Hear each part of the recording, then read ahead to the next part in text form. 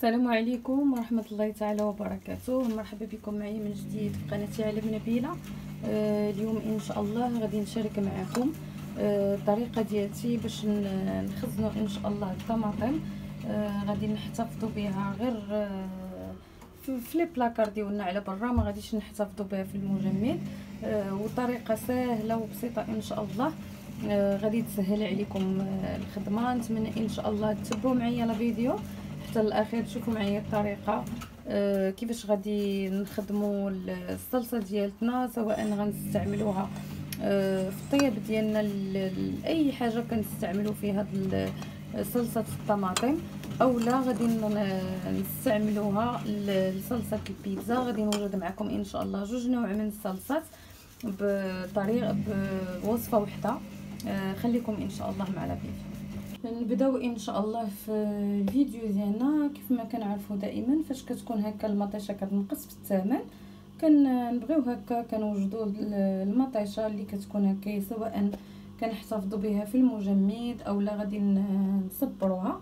اليوم ان شاء الله غادي نشارك معكم الطريقه اللي كيف ما شفتوا معايا غادي نحتفظوا بها غير في البلاكار بدون مجمد. كناخذوا الطماطم ديالنا كنغسلوها وكنقيوها ونقطعوها. بالنسبه للطريقه اللي غادي نستعمل انا، غادي نقطعها وغادي نطحنها في الخلاط الكهربائي ولا في الهاشواغ. ما غاديش نسلقها عند باش نبدا نطحنها.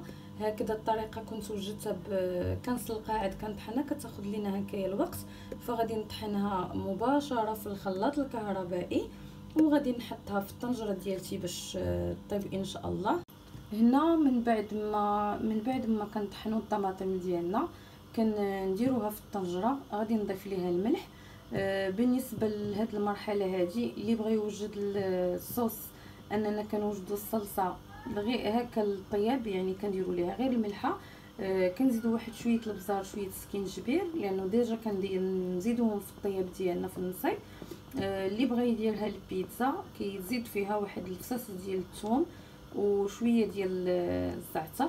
انا بالنسبه ليا غادي نخليها سواء البيتزا او الحريره او الطياب، فغادي نضيف ليها غير الملحه، شويه البزار وشويه ديال الزنجبيل. هنا راه خديت درت هاد الطنجره هذه الكوكوط ديالتي، وهنايا درت هاد البرمه هذه. بصراحه ما عبرتش انا شحال عندي من كيلو، فخديت المطيشه ديالتي نقيتها كيف ما شفتوا معايا، قطعتها طحنتها وقسمتها على هاد البرمه هذه على الطنجره، وغادي نخليوها بطبيعه الحال غادي تبقى طيب حتى غادي تغلى لينا وتعقد، عاد غادي نطفيو عليها ان شاء الله. من بعد ما كنحطوا الطنجره ديالنا فوق النار، هانتوما شوفوا معايا المطيشه كانت وصلت لحد هذا. كنخليوها كيف ما شفتوا معايا. ضفت واحد المعلقه صغيره ديال السكينجبير، ضفت تقريبا واحد المعلقه الا ربع ديال البزار، وواحد جوج معالق كبار ديال الملحه، وكنخليوها حتى كتغلى مزيان وتعقد لينا تختار. هنا راه باقي مازال خاصها شويه تعقد، عاد كنبداو نطفيو عليها. وبطبيعه الحال كنبقاو نحركو مره باش ما كتلصقش لينا في القاع. في الوقت اللي كتكون المطيشه ديالتنا كطيب، بطبيعه الحال كنكونوا حنا ديجا موجدين القرعات ديالنا، كنغسلوهم وكنقلبوهم كنعقموهم ونخليهم كنقلبوهم على فمهم باش كيتسقطروا مزيان، باش كنبغيو هكا نعمروا فيهم ما كيبقاش فيهم داك الماء. هنا باش كتبدا كتعقد معنا شويه، كناخذوا شويه من الصلصه ديالتنا وكنقلبوها هكايا في الطبيصيل كتبرد. كنشوفوا واش بغينا كل واحد على حسب الخطور اللي بغى. غادي نخليها انا مازال تنشف واحد شويه صافي، وغادي نطفي عليها. من بعد ما تيعقد معنا الخليط ديالنا مباشره هكا هو تيغلى، كناخذوا القرعات ديالنا كنعمروهم وكنسدوهم مزيان وكنقلبوهم على فمهم صافي، وكنخليوهم حتى يتسدوا لينا مزيان بهذاك الضغط ديال الحراره. انا هنايا غادي نحاول لان ما غاديش نحيد الطنجره ديالتي من فوق النار، غادي نعمر القرعات ديالي وغادي نقلبهم. هنايا كيف ما شفتوا معايا نتوما الطنجره راه باقا تتغلي، هي كنهز بالمغرفه ديالتي وكنعمر القريعات. عمرت هني القرعه الاولى، كنقلبها على فمها بهذه الطريقه هذه، بهذا الفعل ديال الحراره، هذا الضغط ديال الحراره كيتسدوا معنا مزيان. هانتوما شوفوا معايا الغليق كيفاش كيكونوا في الاول، كيبداو يطلعوا ويهبطوا، باش كنعمروهم وكنحطوهم ونقلبوهم، كنخليوهم كيباتوا هكذايا مقلوبين. في الصباح فكنلقاو القريعات ديالنا واخا غادي نضغطوا عليهم راه ما تيبقاو لا يطلعوا لا يهبطوا. دابا غادي نكمل انا بنفس الطريقه وغادي نعمر القريعات ديالي ونقلبهم هكا ونخليهم يباتوا. هنايا بالنسبه للمطيشه ديالتي، هذاك القياس اللي وريتكم في الطنجره وفي البرمه، هو هذا. عمرت به القريعات ديالي كاملين بالليل. الصباح دابا هانتوما شوفوا معايا القراعي كيفاش كيكونوا. هنا هاد القريعه هادي هكا، لا بغينا شوفوا معايا، هذيك هي الطرطيقه اللي وريتكم باش كيكونوا في الاولين يلا مسدودين. كنوركو بحال هكا باش كنضغطوا بصباعنا كتبدا هاد الحديده كتطلع وتهبط، باش كنخليوهم هنايا بهاد بالحراره بالسخونيه. كنعمروهم بشرط اننا كيكون الخليط كيغلي وكنعمروهم ما كيطرى ليهم والو. انا بالنسبه للانواع المربى اللي كندير فما كندخلهمش في الثلاجه، كيبقاو عندي حتى لسنه على برا ما كيطرى ليهم حتى شي حاجه. كنديروا بهذه الطريقه هذه. واللي بغى يزيد يعقم اكثر كناخذوا القريعات ديالنا نستفوهم في طنجره اولا في واحد القميله ولا في الكوكوط، وكنديروا لهم النص ديالهم ديال الماء وكنغطيوهم ونخليوهم يغليو تقريبا واحد 20 دقيقه. اللي بغى يزيد يتاكد اكثر من التعقيم. انا بالنسبه لي هذه الطريقه هذه معتمده عندي، كنديرها دائما. هانتوما شوفوا مادام كتمص بحال هكا ما كتبقاش تطلع وتهبط، فالتعقيم راه ناجح 100%، ما كيخسروا ما حتى شي حاجه. هانتوما شوفوا القراعي معايا كاملين بنفس الطريقه بحال هكايا. هانتوما شوفوا معايا واخا كنوركوا عليها ما كتطلع ما كتهبط. انا هنايا كنت ساليت وبقى لي واحد الشبيكه ديال المطيشه تقريبا واحد 3 كيلو، فبقاو عندي هاد القريعات هادو خويتهم وغسلتهم. اشنو غادي ندير؟ نفس الخليط اللي خدمت به كيف ما وريتكم. ضفت الملحه تقريبا هذيك الكوكوط عندي راه ديال 8 يطرو، درت فيها 2 معالق ديال الملحه باش كنذوقوها تلقاو الملحه عاديه.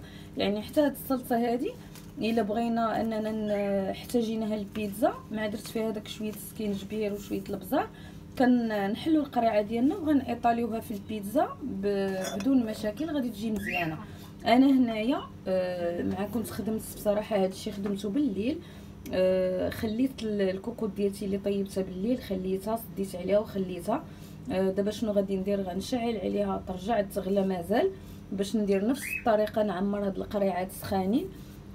كانت قاده ليا الزعتر فخديت دابا الزعتر غادي ناخذ، غادي ندير غير هكا رشيشات وريقات ديال الزعتر في كل قريعه، وغادي نرجع نعمرها بهذاك الخليط باش الزعتر يطلق فيهم هكا. غنخليهم على قبل لي بات اولا البيتزا كتجينا هكا الصوص من السما. دابا الطنجره ديالتي غادي نشعل عليها ترجع تغلى وندير هنايا الزعتر في القريعات وعاد نعمرهم بالطماطم كيف ما قلت لكم دائما كتغلي وحنا كنعمروا القريعات كنسدو مزيان وكنقلبوهم على فمهم. هنا القريعات كيف ما كتشوفوا معايا درت في كل قريعه هنايا شويه ديال الزعتر. هانتوما عمرتهم كاملين. وهنايا الطنجره ديالتي ديال المطيشه رجعتها باش تسخن، غنخليها حتى تغلى عاد نبدا نعمر في القريعات. غير هنايا واحد القضيه نسيت ما قلتهاش لكم بالنسبه للمطيشه. هانتوما شوفوا معايا اللي ما تيبغيش هذاك الزريعه هكا كتبان فما كتبقاش تبان بزاف. هانتوما شوفوا معايا القرعه ما كتبقاش باينه بزاف. انا طحنتها في المولينكس كيف ما قلت لكم كنخدموها من قبل. كنقطعوا هكا المطيشه ديالتنا دوائر كنديرها في الطنجره وكتسلق عاد كنبداو هكا نطحنوها سواء في الهاشوار ولا في الطحانه ديال اليد وكنبداو نصفيو. انا عندي الخلاط الكهربائي ديالي كيطحن ليا مزيان فما كتبقاش القشره كاع كتبان. والزريعه بقات هنايا غير قليله فكنت انا ناويه غادي نطيبها وعاد ناخذ الطحانه ديالتنا ديال الايد ديال المطيشه غنكبها فيها. ديك الساعه غادي تدور بالزربه، ما غاديش نضربوا فيها تماره. يعني اللي بقى لاصق لينا ديال الزريعه غادي نحيدو، اللي بغى يدير هاد الطريقه يديرها. فانا ملي بانت ليا ما معيقاش، ما كاينش زريعه بزاف، فخليتها بحال هكا، ما صفيتهاش نهائيا، خليتها ما كتبان فيها دوك الزريرات صغيورين، صافي خليتها. اللي بغى يصفيها في الغربال غتشد لينا الوقت بزاف، فاحسن طريقه هي ناخذ الطحانه ديالتنا ديال الايد ديال المطيشه، بما ان مطحونه ما غاديش بحال غير غندوروا، ودوك الحبيبات غادي يبقاو، اللي بقاو لينا غادي يبقاو لاصقين، اللي بغى يحيدهم. فانا غادي نخليكم دابا، غادي تغلى ليا المطيشه ديالتي، نعمر القريعات وعاد نكمل معكم ان شاء الله. هنا من بعد ما كملت التعمر ديال القرعات ديالي، هنايا راه دفاو وبردوا شي شويه. اللي درت فيهم الزعتر ما درتهم حتى لهاد الصباح هذا، خليتهم هكا باقيين مقلوبين حتى كيتسدوا مزيان. وشوفوا معايا هادو اللي درتهم البارح هانتوما. الطريقه باش كنعرفوا ان الطريقه ديالتنا ديال التعقيم ناجحه، انا هنايا راه ما درتهم لا في الطنجره لا حتى شي حاجه، يعني غير باش قلبتهم الليل كامل وهما مقلوبين على الفم ديالهم بهذه الطريقه هذه، فكيضغطوا مزيان وكيتسدوا وكيبقاو معانا المده اللي طويله، من حتى لسنه لسنتين. خاص غير القريعات يكونوا مزيانين والغليق ديالهم يكونوا هكايا ديال الحديد من الاحسن. وهاد النوع هادو اللي كناخذوهم، هاد القريعات اللي كيكونوا ديال الشوكولا حتى همايا هانتوما شوفوا معايا حتى هي كيفاش دخلات، باش كنستعملوهم حتى هادو كيجيو في التصبير مزيانين. نتمنى ان شاء الله تكونوا استفدتوا من هذا الفيديو هذا، وتعتمدوا ان شاء الله الطريقه السهله اللي شاركتها معكم. نخليكم ان شاء الله على خير، الى فيديو مقبل.